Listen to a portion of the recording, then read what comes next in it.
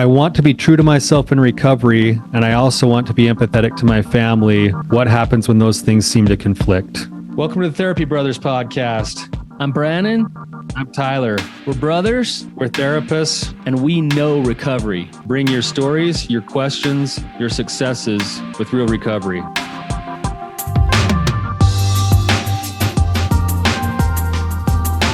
Hey, Tyler, you ready to have some hard conversations? Let's do it. Let the Therapy Brothers podcast begin. What is going on, you guys? Excited to be here with you. I'm alone today. Brannon is still in Peru. He's gone and done some a retreat for some people in Peru, so he's doing some good in the world, and I hope that they're being safe. You know, I always wonder, I'd heard things about Peru being an unrest and whatever, but Brannon likes to live on the edge a little bit, so we'll miss him today, but I'm excited to be here with you. We have an awesome guest on today with a really good question that I think actually hits home for a lot of people. So glad to have James here with us today. James, welcome to the show. Thanks, Tyler. I appreciate being here. Yeah, so glad you're here and have the courage to come on. Would you just kind of give us a little bit of your backstory, things that will be pertinent for us to be able to talk and help, and then ask your question? Yeah, no problem. Thanks, Tyler. And I've been a huge fan of your show all the way back to the BAE podcast with Brannon. And I just loved your work, and I appreciate the opportunity to be here. I hope that something that I have to share will be a benefit to somebody. I probably have a typical story compared to a lot of people who struggle with addiction. And that goes back to, there was some abuse at a younger age in my life, and, sort of introduced me to the world of all things sex. And then with moving into adolescence and the oncoming of the internet, certainly that played a part in developing a addiction to pornography and masturbation, and something that I struggled with all throughout adolescence and high school. In addition to that, there was some trauma, with an older brother. There was a lot of bullying that took place against my family. And I think I developed this incessant need for acceptance and to be accepted by peers, neighborhood kids in high school. And so I was seeking approval wherever I could get it. And so into adolescence, I developed this need to be accepted, and girls was one of the places that I sought that. And so I had relationships with a fair number of, young ladies in high school. Towards the end of high school, that became somewhat sexually active. I met my former wife in my junior year, or the end of my junior year in high school, and we dated through the end of high school. And not long after I graduated, that was probably 9 months after, she became pregnant, and we got married. We felt a duty to take care of each other, to give this child a family to be raised in. And that was a hard decision, but at the time it felt like the right thing to do. And so that sort of started our married life at the age of 18, and she was 17. We were very young, obviously didn't have any clue what we were doing as parents, but we made it work. We had family support, which was great. We worked through, different church disciplinary things, and eventually we were married in our church's temple, and that's kind of got things started. And I struggle on and off with pornography and masturbation throughout marriage, and it started to slowly grow in terms of intensity. And then at one point in time, she discovered it, and from there it was a journey of me trying to get help. I think before the time that treating that kind of condition, sex addiction, was really even a thing, I met with a few therapists along the way, and I would be able to go without those things for a time, intermittently, and then eventually, we moved to Colorado in 2010, and I started traveling quite a bit more for work. And the addiction sort of was on and off, and again, did some therapy, and finally was introduced to the our church's recovery program, the 12-step recovery program, and got involved in that. But there was still struggle for me, and I didn't necessarily bury myself into the work of recovery at that point. And there were a few instances where I had an affair. At first it was just sort of, I'll say, lighter sexual activity. And then a little bit, I went through a church disciplinary process and really tried to clean things up. And I was at that point getting more into the church's recovery program and going through the steps, but still wasn't getting individualized therapy, and was still not seeing the real issue, right? Not seeing the real underlying cause of my addiction, but starting to understand how serious it was and how much work there was for me to do. And then I ended up developing a relationship with another woman that I worked with that was both emotional and physical, that lasted a few years. And as you can imagine, that created a great deal of pain. And our kids were still sort of young enough where we made the decision not to share with them what was going on. But, it was devastating for my wife. And it put us on the brink of divorce. And I decided I had to change. And so I really buried myself into recovery. And I was excommunicated from my church, and I, went through the process over a year and a half or so of trying to really get back to a place where I needed to be.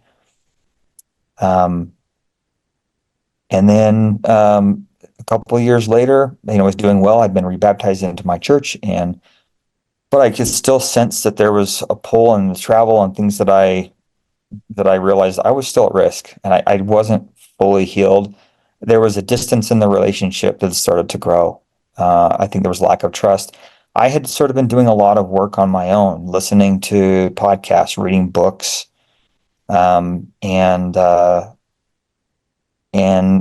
there was, we were doing a little bit of therapy together, but not much. And I could sense that her pain and her trauma was deep, and it hadn't really been something that she'd spent a lot of time working on for herself, and didn't want to go to the women's group with the 12 steps. And so we decided, I decided that I needed to get out of Colorado. I needed to change my lifestyle, something that was in conversation with my state president at the time. And so we had an opportunity to move back to Utah and to start a business with a friend of mine. And we did. And the next 6.5 years or so, I continued to bury myself in recovery. And I felt like I was in a very good place. I had made some symbolic adjustments in my life with God, and I listened to every podcast I could get my hands on, a lot of books, and anyway, so there was some real change starting to happen in my life. I was really starting to see the underlying cause being that I didn't feel like I was good enough. I wasn't okay. And I was starting to address those things, but I felt like the chasm that had been created with my wife and I was getting bigger.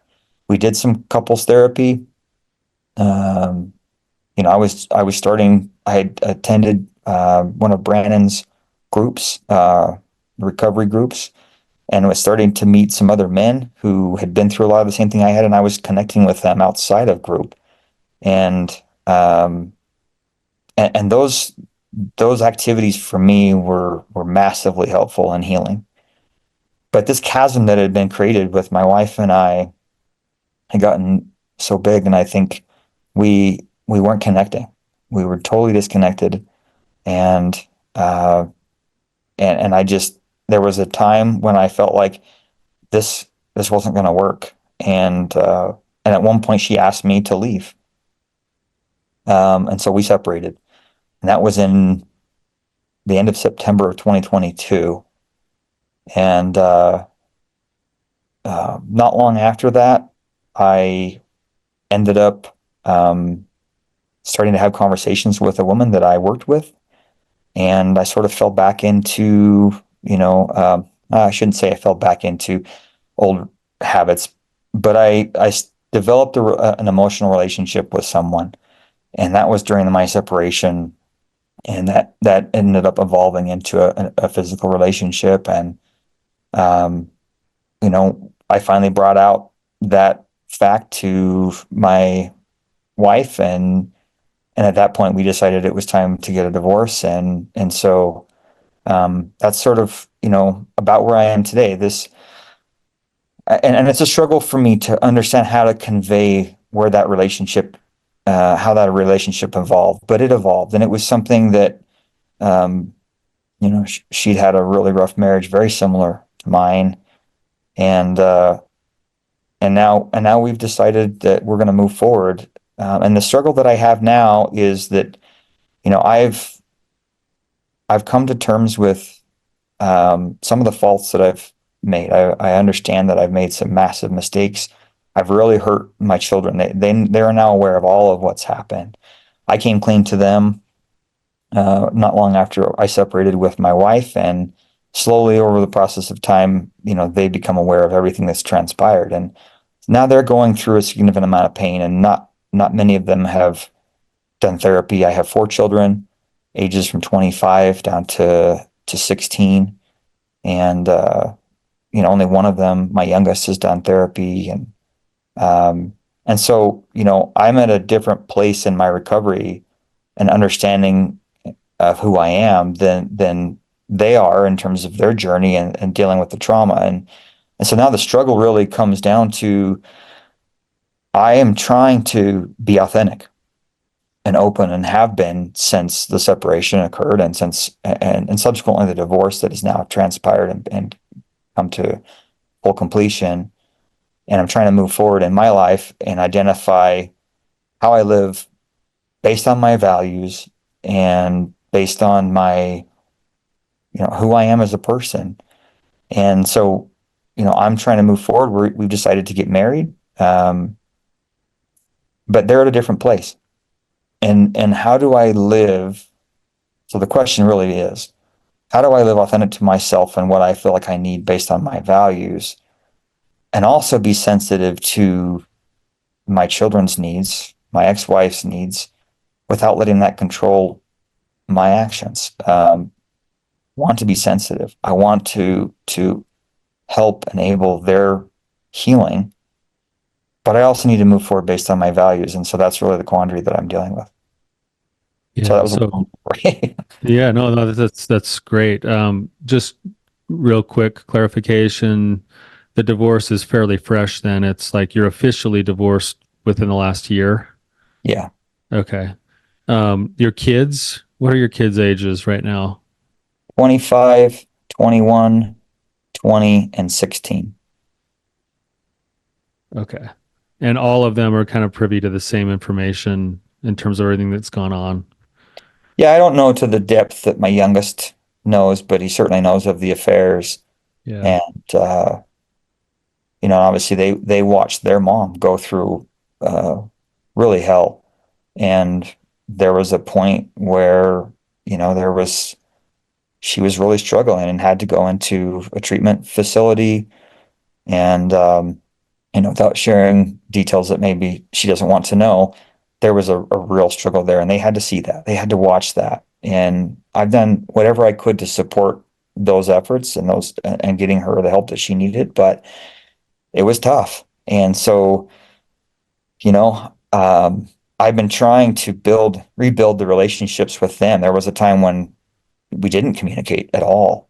And slowly I just tried to be there for them. I just tried to show up. But they haven't taken me up on the opportunities to really talk. And so they're dealing with it how they feel like they need to. And so it's hard to not want to just put my whole life on hold until they're okay, but I can't make them okay. I can't, one of the things that my therapist and I talked about this last week was, that it's not my job to heal them. Uh, there's only one person that can heal them, and that's Jesus Christ.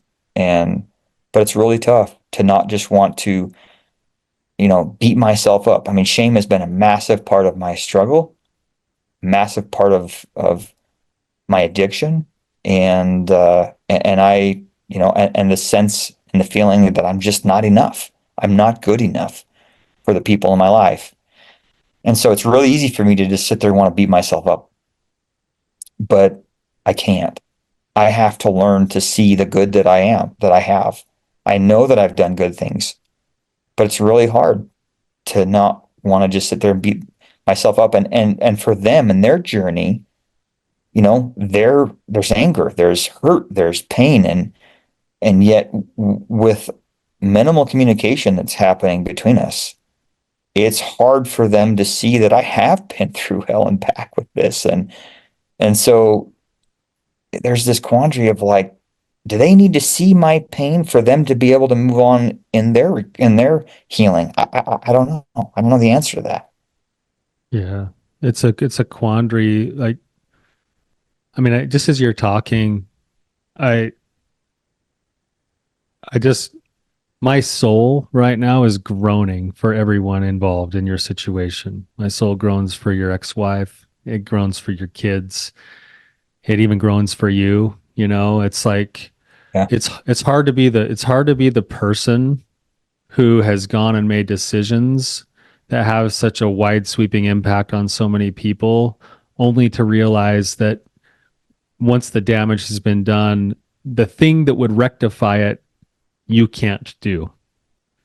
Like it's like you've gone and done something and now you have to give it away and go, oh man, I can't even fix this anymore. Like, oh, that's such a horrible place to be because the heart wants to fix it, but it's just you're just not capable of doing it anymore. And then and then here's the hard part, and this is why I groan for your ex-wife and your kids is, and I think that they're probably justified is that this a lot of the pain that they're experiencing was not their fault. Right. And it's so hard to be in that kind of pain and suffering and realize that the place where the pain and suffering came from will not be the answer. It can't be the answer. And that's hard. That's a really hard battle for them. So the hard part about being in the situation you're in is you start to see this.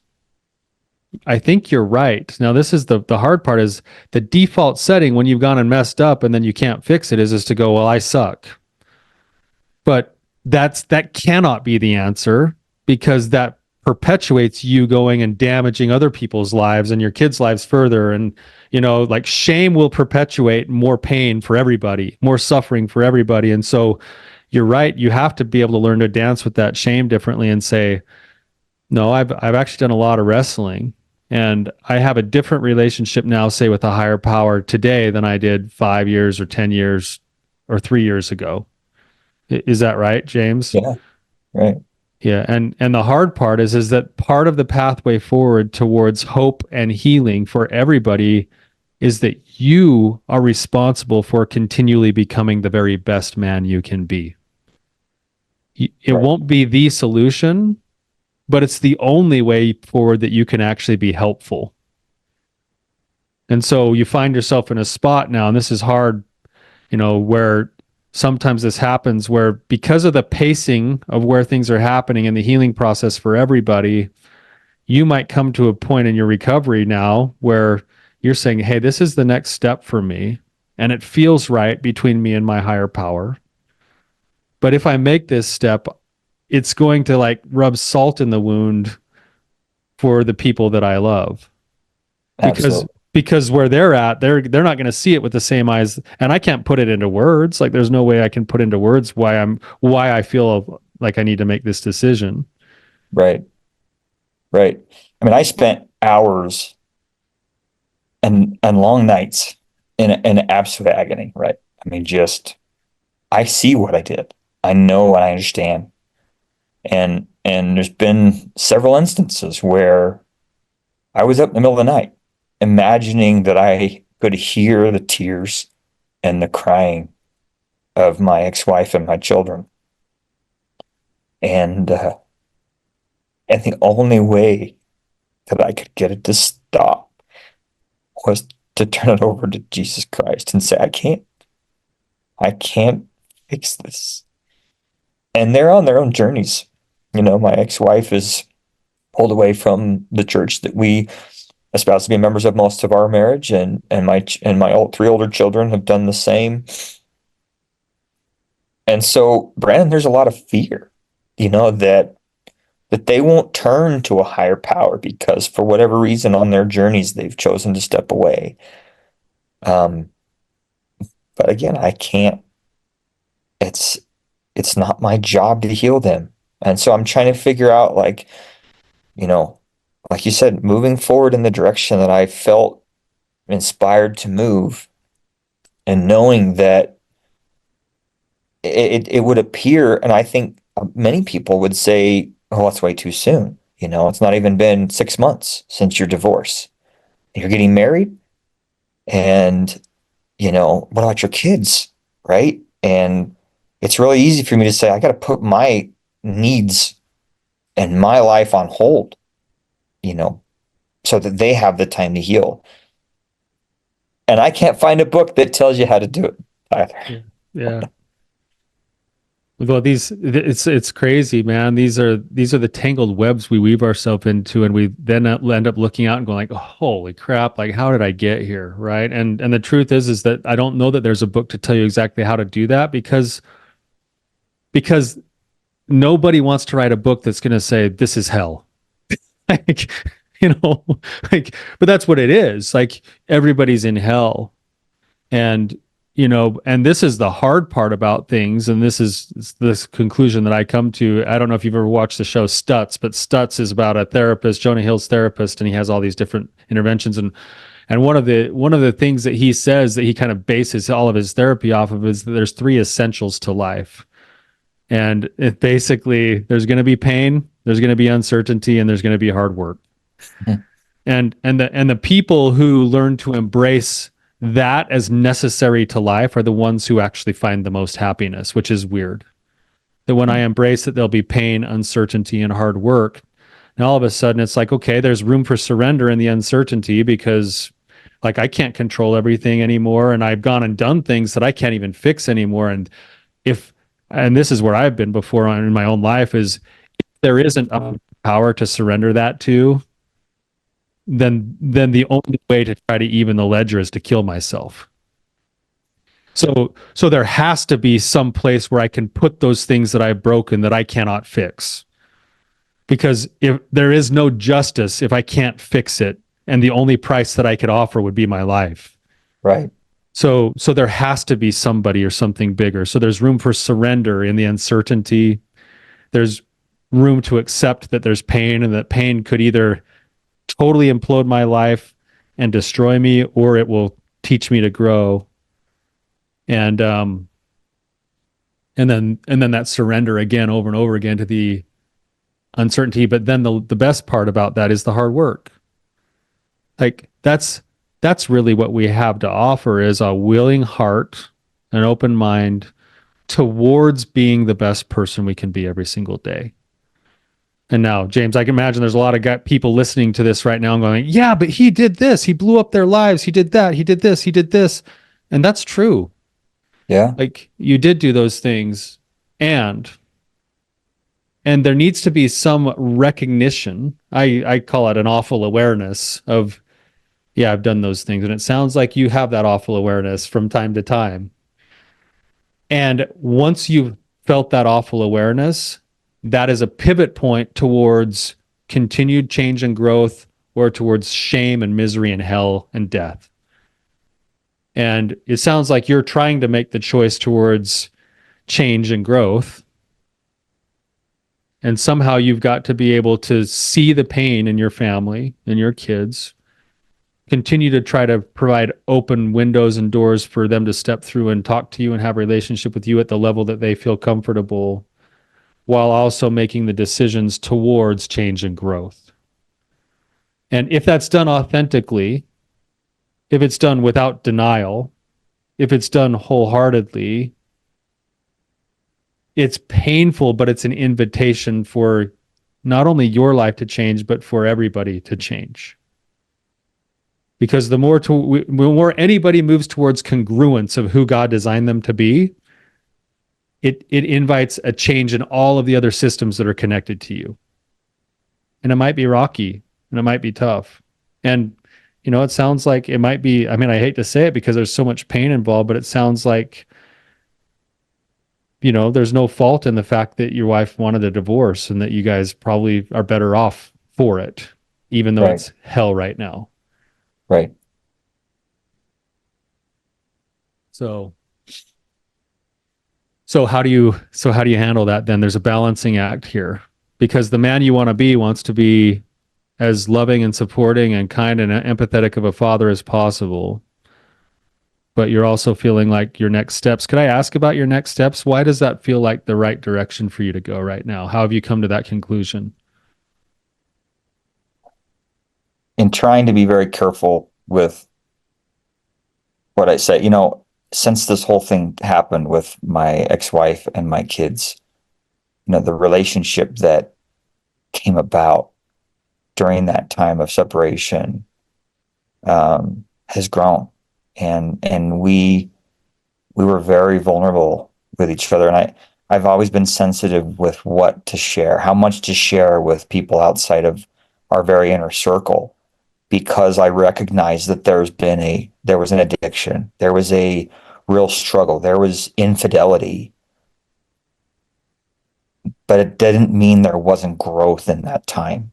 And in the 6 years since I've been back in Utah, 6.5, 7 years actually, there was tremendous growth. And then another massive mistake in terms of a relationship outside of the bonds of marriage and while I was still married. And so trying to understand how to share that without sounding like I'm just this, well, and it doesn't matter what people think of me, but the reality is that we grew together. I went through a partner kicking me out of a business, losing touch with my children for a period of time, going through a very ugly divorce. And yet through that whole journey, this new relationship grew. And we were completely open and vulnerable with both of our journeys, and she having been through a very difficult one herself. And so, we felt like that relationship blossomed into the kind of relationship that both of us wanted in our life, not out of a sense of guilt for what we did and a duty, but real authentic connection. And then it was a matter of how do we help our families on both sides work through this?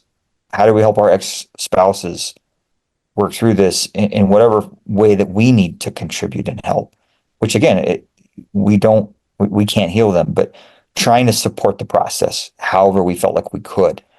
And so through that whole journey and the last year and a half, really growing together and finding a relationship that we both really desired, and then having the same goals in terms of we want to live a God-fearing life. We want to live a life of service if it's possible. We want to live authentic to who we are, and we have the same visions for how we live our life from a health standpoint, how we live our life from a spiritual standpoint, how we live our life from a work standpoint, how we want to be an impact and a positive influence in the lives of our children and the lives of all those that we come in contact with. All of those things align for us. And so, if I could take that piece out of all of the pain and the trauma that I caused and look at it for what it is, it felt right and good. And so the next step for us was we need to realign with the things that we believe in our church and our spiritual connection to the higher power. And so that was why we feel like this is the next step. Do you see a path forward to be aligned with, this is the part that I'm sure is twisting up for both you and for her and for everybody else, probably for everybody listening right now too. Is Yeah. you're basically saying, I want to live all of these values that I ended up breaking by being in this relationship, but I want this relationship to be the one that I live the values in. And I guess I'm wondering, like, that has had to have inevitably been a wrestle for you, Yeah. but to try to reconcile how do you reconcile that you still want to live those same values when the whole genesis of the relationship was not in those values? It's a good question. There were dark times, Tyler. I mean, you mentioned this option of taking my own life, and that certainly had moments for me. It said I just need to be gone. The world would be better without me. Like my children, my ex-wife would be better without me. In those deepest, darkest moments, um, we were there for each other. We both knew that we had made a massive mistake, but we also knew that we had the same vision of where we wanted to go. And yeah, I can imagine this creates a ton of turmoil for people listening. And that's why I told you from the beginning, I don't know if this is the banner recovery story, but this is where I'm at. This is me, open and vulnerable, 100% honest. And that's what I've been trying to do with my children and my ex-wife since this all transpired. And, is it justice that I should go and be alone? Is it justice that I should go live a life of lonely misery as penance for the things that I've done? It's certainly crossed my mind. But, man is not meant to be alone. And we've made each other better through this process. And we know what our values, what we want them to be. Does that make me a hypocrite? Maybe. But all I can do is to wake up and to breathe. I have to choose who I'm going to be, not who I was. And so this is me trying to choose who I want to be and who I want to be that with. So I don't know if that answers your question, but that's where I feel I'm at. No, I hear your answer, and I think that's something that, every you, me, everyone listening right now, we're all formulating our own opinions about what justice is and should be. And we all have probably a different level of what justice is and should be. And there's probably a bunch of people saying, yeah, you should be out in the desert for the rest of your life until your wife and kids get better. Right. And then there's other people saying, dude, that's just a waste of a life. Like you should be moving on and being the best person you can be, and probably everything in between.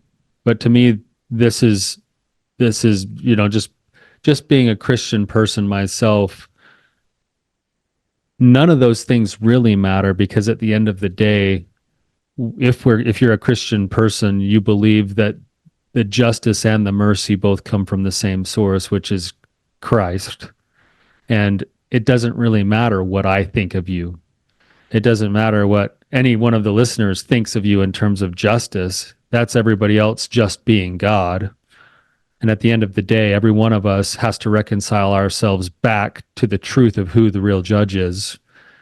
And the beautiful thing about the Christian doctrine, to me, it's something that's given me a new lease on life myself, is that I really do believe that it's possible, that it doesn't matter where we've fallen to, how deep the hole, how vast the pit. There's always a possibility of redemption, of reconciliation, and of healing. And the very power that you're trying to tap into right now, inside of all the mistakes you made, is also the very power you have to surrender to in the lives of the people that you love. And then you do the best you can in between, because that's what you do. We do the best we can, and we continue to learn and grow And hopefully you learn the lessons that you're trying to learn without more pain to everybody else around you. But that's what we do, because that is the path forward. The other options aren't okay. The other options are a wasted life. The other options are waiting for you to be a good man so that I can let go of my pain. Like, dang it, I'm trapped now to a flawed human being. Like, I have to give it over to somebody else. And the reason I ask the question is because you could be trauma bonded to her because you went through hell together, or you could have this be playing out and still have a way for there to be somebody or something bigger than yourselves also in the details that could then also give this thing hope somehow. And Right. I hope that you have that. Yeah. So how are you feeling right now? Heavy, Heavy? but this is my story. This is real. The struggle next is, what are the tactics to move forward? How do I help children that are just, it would seem need space right now. And I have to just be okay with that timeline. And yet you want to be there, you want to offer love and support to them, and you want to be ready to listen if they need you to. Yeah. So it's just figuring out what are the next steps. Have you ever watched the movie Warrior? Yeah, about the two brothers. Yeah, the two brothers. I'm picturing the father character inside of that. And he basically is totally estranged from the one brother who hates him, doesn't want anything to do with him. Right. And then he kind of keeps trying to reach out to the other brother who's kind of set boundary and is like, "Hey, Dad, stay away, arm's length. You're not coming over anymore. We're done." How does he live his life through the whole movie? It's been a while since I've seen the movie. He's really into the 12 steps. So he's taking one step at a time. He hits his 5 year, I think it's his 5 or 10 year sobriety mark, and he goes over to his son's house just to say, "Hey, I'm thinking about you guys, and I hit my sobriety mark." And then he gets kicked to the curb again, and he leaves. But he continues to go on living his life, doing his step work, trying to live the best life he can, being in recovery. And he has the touch points that he's allowed to have until at such time things shift in the life of both of those boys and they need their dad in some way. And at that point, he's ready, because he's been living the right kind of a life, to offer them the support that they need. And what's crazy about that is that even in offering them the support they need, he still has a relapse, but he's still of some service and of some good to them, because he was doing his work to understand who he was. So in essence, what I'm hearing as you move forward is okay, that's generally speaking, the serenity prayer is in order here. God, what do I have control over? Have I reached out? Can I send my kids a letter? Can I give a phone call? Can I see if I can set up a lunch appointment with one of them or whatever? No. Okay, I've done what I can. God, what would you have me do? And then the rest of it is, I'm surrendering the rest. But I will continually be having eyes towards them, leaning towards them with open arms, and willingness to hear them, willingness to share with them at whatever level they'll allow me to. Yeah. And then as they go on wrestling with whatever they're wrestling with, there might be little windows that open up where you might have a chance to be a source of strength in a bad moment, or a little bit of a moment of a glimpse of something fun together that can be something that they can cling to for a minute. But that's the work you have in front of you. So if they're saying, "Give me distance, Dad," it doesn't mean, "Okay, I'm done. I'm out of here. Peace out. I'm living my new life." It's I'm going to back away slowly while still facing you and leaning in. And whenever you need me, I'm here. Yeah. Right. Because that's the kind of man that I believe God designed you to be too. And you know that. You know that God designed you to be the best father you can be, even with all of your flaws and frailties. Yeah. So I think the path forward is a continued conversation with God as to how am I going to be the best father I can be today? And if you have impressions, follow through on them. And if you're told to back off, then back off. But have a heart that's leaning towards them. Yeah. Does that make sense? Absolutely. Yeah. And some of that will be painful for you to have to be in that. Oh man, for me anyway, it's like when I've hurt somebody and I want to get close to them to reconcile it, and they're like, nope, stay back. That staying back is excruciating. Really hard. It's so hard. Like, it's so hard. But if I were to move forward and they're saying to stay back, then I'm making it about me instead of them. Right. And so it's like, okay, I'm here. And I've had a misstep. I've had a few missteps doing that exact thing where, like, you know, I took my son on a trip to a basketball tournament and was feeling this distance from him after the trip, and, you know, feeling unappreciated. Like, I made the sacrifice and I made it about me, and it was another learning opportunity. I guess. Yeah, and that's what you do. You know, doing it all right. You learn from it, and you'd probably go and still do the trip next time and make the sacrifice, but not make it about you. Right. Yeah. Right. Okay, good. You learned. Like, that's what we do. Yeah. So a lot. Yeah. So I do think that there's room for empathy. Empathy is not agreeing with people, and it's also not capitulating to whatever demands they have. Empathy is stepping in with trying to be on the same level with them in the pain that they're in, and acknowledging that you see it and that you're there and that you can offer your presence. And at the same time, you can still make your own choices. And that's a hard line to walk for people, but sometimes that's the necessary thing to do. Yeah. So, James, have we been helpful at all today? Absolutely. Yeah. Absolutely. I know this is not the beautiful story that you guys often show, but I appreciate you allowing me to be on here and process through this and work through it. Yeah. Well, thank you for your willingness to come on, and I think it's okay that we don't have a kumbaya kind of situation. You're in the thick of it right now. We don't know how this remains to be seen. I know for a fact that we've elicited all sorts of responses and reactions from a lot of people, and that's okay. Like, something that I think is important is that as long as we have air in our lungs to breathe, we're not finished yet. And Right. and that's beautiful, that you're not a finished product. I'm not a finished product. Anybody listening to this, judging the heck out of you, has a long ways to go. They're not a finished product yet. And that's beautiful. That's hopeful. There's opportunity in that. So, as painful as it is, and as uncertain as it is, you still get to put the work in, and that's great. Yeah. So I own my part. I see the pain, I see the hurt, and I have to figure out how to move forward. Yeah. Despite all of it. And that's what I'm trying to do. I'm trying to figure out what the right next step is and how to help those that I've hurt in the process move through their journey.